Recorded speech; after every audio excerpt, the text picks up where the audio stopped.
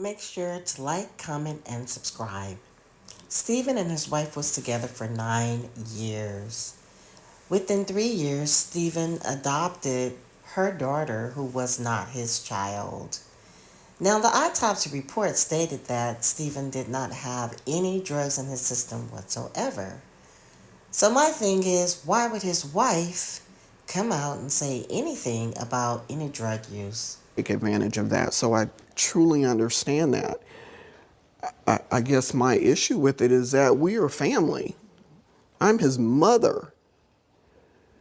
What did you honestly think I was going to do? You know, his brothers, his grandparents, his uncle, his aunts. What did you think we were going to do? Now, just over 2 years since Stephen's death, a People magazine article has become a new point of contention. It included details from Allison's book about Stephen's marijuana use, and Allison allegedly finding a, quote, cornucopia of other drugs in the home he shared with her and their 3 children after Stephen passed. And when you read it for the first time and heard it, what did you think?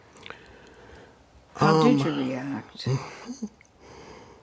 Immediately it was, oh my God.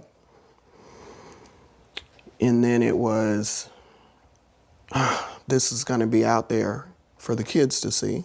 The People article also included details about Stephen's private journals, where Allison says he alluded to being sexually abused as a child.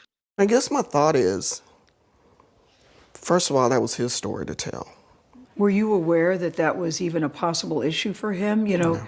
in the People article, she alludes that he may have been, that he seemed to indicate that he had been sexually abused by a trusted male figure in his life.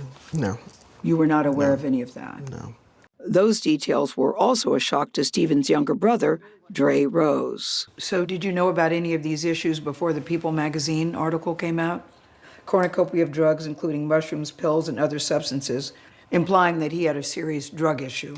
I knew that recreationally he's used or tried things. That wasn't a shock to me. This cornucopia of drugs that had to be Googled, we don't even know if we don't know anything to be true. Finish that sentence. We don't even know if those were his? Yes, I mean, really, it's hearsay. It's someone else's version. And if that is the truth, there could have been a better way to bring that to the family, and then we discuss, what that meant. So you wish there would have been a conversation with the family? Yes. That I found this? Yeah, huh? Do you know anything about it? Were you aware of possible sexual abuse in his childhood? You knew nothing about that? That was new. That was a shock to you to hear that? Yes. It was a shock to me. It was a shock to our father. Because when that comes up, it's like, well, hold on, a male figure in the a male family. figure, right? Yeah. So now you have our family looking at each other like, well, what happened? And we didn't know anything of that nature. When we talk about drugs, and she didn't use the word that he was an addict, but she did say that there were a lot of drugs.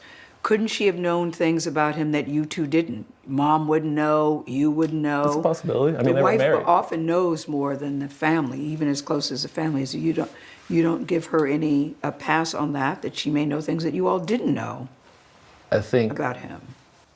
there are things that she knows that we didn't know, but also know that there are things about him that she didn't know. Dre, who worked with Stephen, says his brother would often confide in him about struggling with issues like imposter syndrome, and together they would come up with ways to tackle his insecurities. He says Stephen told him that those conversations were difficult with Allison. So, in my opinion, our conversation that he had with me, he felt silenced, like he couldn't get it out. He felt silenced in his own home, you're saying? Often. Often. I mean, he loved his wife. He loved those kids. Yes. And he would definitely give them his last. But in any situation in which you can't have a conversation and get resolved, it becomes one-sided. And I believe, because you asked about their relationship, I can say that there were many conversations there was no resolve. But he would always say to me, this is life, the lights are on, I'll figure it out. A lot has been made about the NDA, that the family was asked to sign an NDA, to go to the funeral, to have the wake. What is your take about this NDA? The NDA made my brother's life and experiences pretty much intellectual property. The family shared a copy of the initial confidentiality agreement, which Dre says was sent by Allison's assistant 3 days after Stephen's death. It names Allison Holker, her family, and Stephen Boss as beneficiaries and says that confidential information about their professional or business endeavors, personal lives, and any photographs, films, or videos cannot be disclosed, even in the course of casual discussions to any person or entity. In a revised version of that NDA, the Boss family and Allison's team changed the terms of the agreement from an unlimited time frame to apply only to the information learned between the time of Stephen's death and his memorial service. It was presented to us as, we don't want pictures at the wake and funeral and things of that nature. That's a fair request. Two things can be true. Yeah. But if you have that in the beginning of the NDA and then in the fine print, it says all these other things that are included, that's the concern.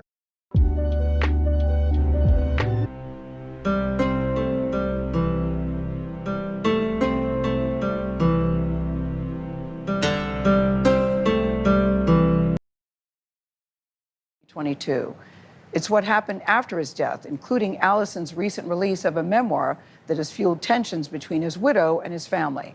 We sat down with Stephen's mother, Connie Boss Alexander, and his brother, Dre Rose, after they reached out to us at Connie's home in Arizona. This interview took place right before Allison's book was released. What do you miss most? What do you want us to know about him as his mom, and what do you miss most? That face. When he took his own life back in December of 2022. It's what happened after his death, including Allison's recent release of a memoir that has fueled tensions between his widow and his family. We sat down with Stephen's mother, Connie Boss Alexander, and his brother, Dre Rose, after they reached out to us at Connie's home in Arizona. This interview took place right before Allison's book was released. What do you miss most? What do you want us to know about him as his mom, and what do you miss most?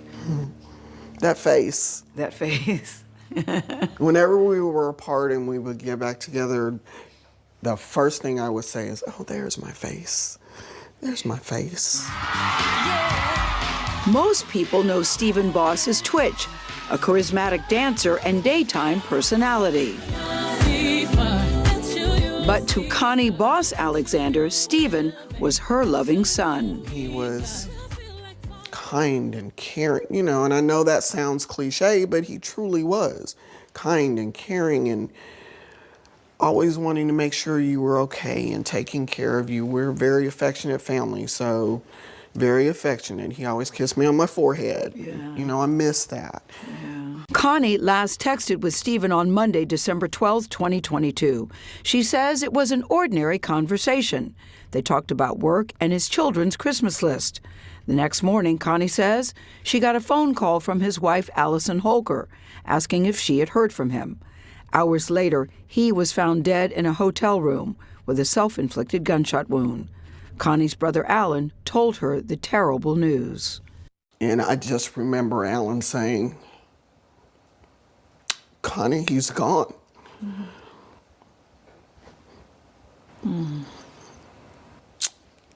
And I just dropped.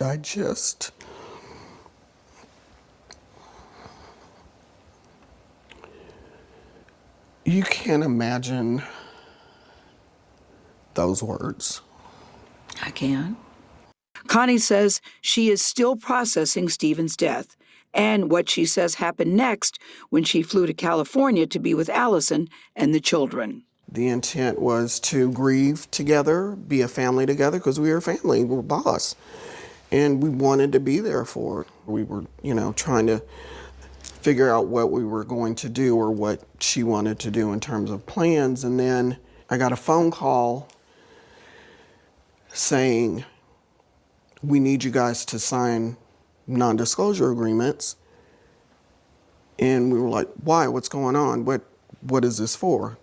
And she says, well, somebody in the family has sold a story to a magazine. And we were like, what are you talking about? Who did this? And she said, granddad. And that's Stephen's grandfather. And now, if you know my dad, he is the most respected, the most integrity. Would never do that. So a magazine did call him, and in the throes of grief, my father answered the phone, and they asked him Questions. right, and he's He answered answering them. right. He's answering the questions, and saying we're grieving, we don't know what happened, whatever the answers were. But it was at that point that it became, you guys are doing this. We need you to sign this, and we were like, no, that is not true. And that's kind of where it started. It went, So that's when the friction yes, started, yes. asking for the NDA. It went downhill from there. You were asked to sign an NDA to go to the funeral? It became, if you don't sign, you will not be able to see him and you will not be able to participate. Connie says she signed a revised version of the non-disclosure agreement so that she could see her son before he was cremated. In her now-released memoir, Allison Holker expressed concern about pictures of Stephen leaking to the public. To make me sign a document to see the child that I brought into the world,